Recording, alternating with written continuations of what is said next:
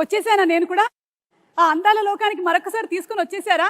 నమస్కారం. JVAS re releasing on May 9th. Jagadeka Veerudu Athiloka Sundari cinema విడుదలై 35 సంవత్సరాలు పూర్తి చేసుకుంటున్నటువంటి ఈ తరుణంలో మళ్ళీ సినిమాని రీ రిలీజ్ చేస్తున్నారు May 9వ తారీఖున. ఈ సినిమాతో ట్రావెల్ చేసిన వాళ్ళకి మాత్రమే కాదు, ఈ సినిమాని చూసిన వాళ్ళకి కూడా అది ఒక ఇమోషన్. మరి మన మెమరీస్ ని అలాగే టీమ్ మెమరీస్ ని ఒకసారి రిఫ్రెష్ చేసుకుందామా? ఎదురులేని మనిషి సినిమాతో ప్రొడ్యూసర్ గా ఈ ఫిల్మ్ ఇండస్ట్రీలోకి ఎంటర్ అయ్యి ఆ సినిమా టైటిల్ కి తగ్గట్టుగానే ఎన్నో super duper and blockbuster సినిమాల్ని మనకు అందించి మనందరికీ ఎంతో దగ్గరైనటువంటి జగదేక వీరుడు అతిలోక సుందరి లాంటి సినిమాని అందించిన the great producer Ashwini Dutt గారికి స్వాగతం పలుకుతున్నాము.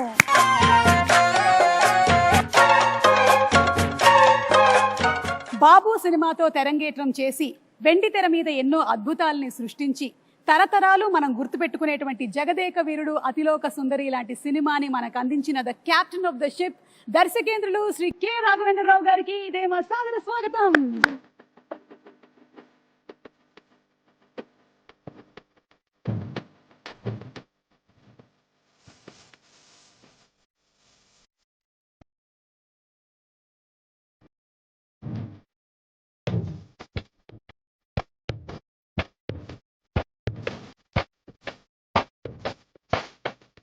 ఒక్కొక్క పాత్రని ఒక మైలురాయిగా మలిచి ఒక్కొక్క సినిమాతో కని విని ఎరగనటువంటి సామ్రాజ్యాన్ని సృష్టించి అప్పటికి ఇప్పటికీ ఎప్పటికీ మనందరి మనసుల్లో జగదేక వీరుడు మెగాస్టార్ చిరంజీవి గారికి ఇదే మా సాదర స్వాగతం, సుస్వాగతం. అదేంటి చిరంజీవి గారు రావట్లేదు? మా అందరి మనసులో పదిలంగా ఎప్పటికీ స్థానాన్ని సంపాదించుకున్న మా మెగాస్టార్ గారికి సాదర స్వాగతం పలుకుతున్నాము.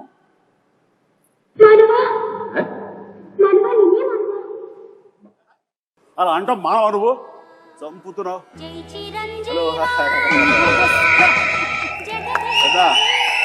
సుఖమాయిట్టుండు. సుఖం ಚೆನ್ನಾಗಿದ್ದೀರಾ?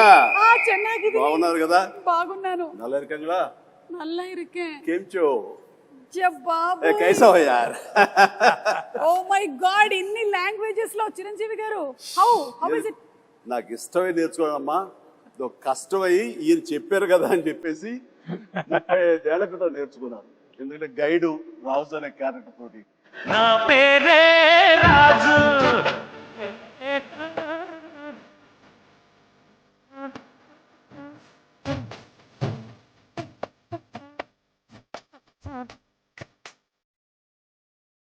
So the creator of the film K Raghavendra Rao గారు అండ్ జగదేక వీరుడు మా చిరంజీవి గారు అలాగే మా నిర్మాత అశ్విని దత్ గారు ముగ్గురు రెడీగా ఉన్నారు. ఈ సినిమా రిలీజ్ అయి 35 సంవత్సరాలు అవుతున్నటువంటి ఈ తరుణంలో మళ్ళీ రీ రిలీజ్ May 9వ తారీఖున జరగబోతుంది. ఒక్కసారి మెమరీస్ అన్ని రిఫ్రెష్ చేసుకుందామా? ముగ్గురికి మరొకసారి సాదర స్వాగతం పలుకుతున్నాము. Very very hearty welcome and congratulations.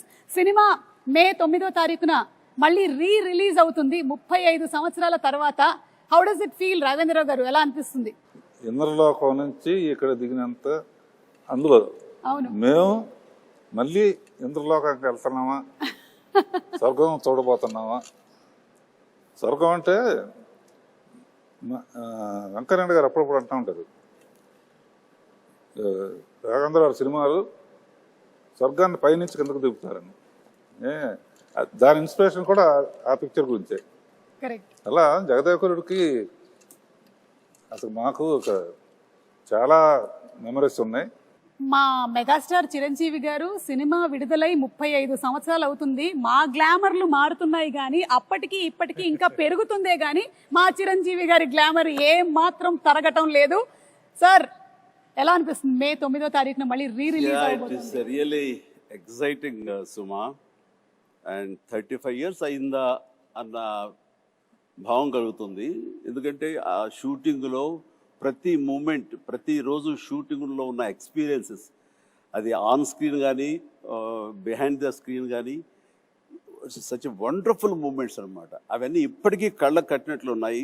ఇందాక ముగ్గురు గదిలో కూర్చొని అవన్నీ నెమరు వేసుకుంటుంటే నిన్న మొన్న జరిగినట్లు తప్ప 35 years అలా పాస్ అయిపోయింది. అండ్ అశ్విని దత్ గారు, మీ feeling of releasing on May 9th? కళ్ళబడ నీళ్ళు వస్తున్నాయి అమ్మా, ఆనంద బాష్పాలు.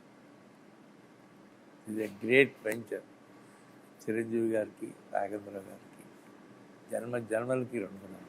చిరంజీవి గారు అండ్ శ్రీదేవి గారు ఆ కెమిస్ట్రీ, ఆ ఆన్ స్క్రీన్ ప్రెజెన్స్, అసలు ఆ ఎనర్జీ వేరే లెవెల్. మీరిద్దరూ కలిసి చేసినటువంటి అంటే పేరుగా చేసిన ఫస్ట్ సినిమానేనా చిరంజీవి గారు ఇది? ఫస్ట్ అని చెప్పాలి కానీ నిజానికి ఫస్ట్ కాదు.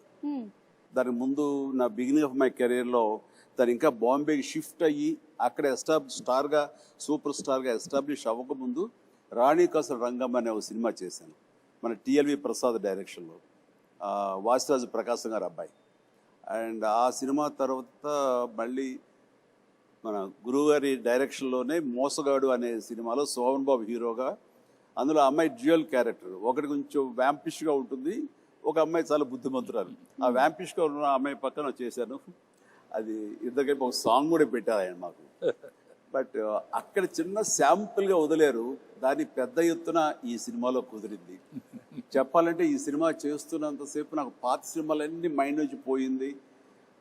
ఈ సినిమాయే ఫస్ట్ సినిమా అన్నంతగా ఇన్వాల్వ్ అయ్యాం, ఫస్ట్ సినిమా అన్నంతగా జెల్ అయ్యాము, ఆ కెమిస్ట్రీ కుదిరింది, అలా ఇన్వాల్వ్ అయ్యాం. ఆడియన్స్ కూడా ఆ సినిమాలు ఉన్నాయా అంటే ఇప్పుడు నేను చెప్పాను కాబట్టి వాళ్ళు గుర్తించుకోవాలి తప్ప వాళ్ళ దృష్టిలో కూడా ఇదే ఫస్ట్ సినిమా అనుకోవచ్చు. ఎగ్జాక్ట్లీ.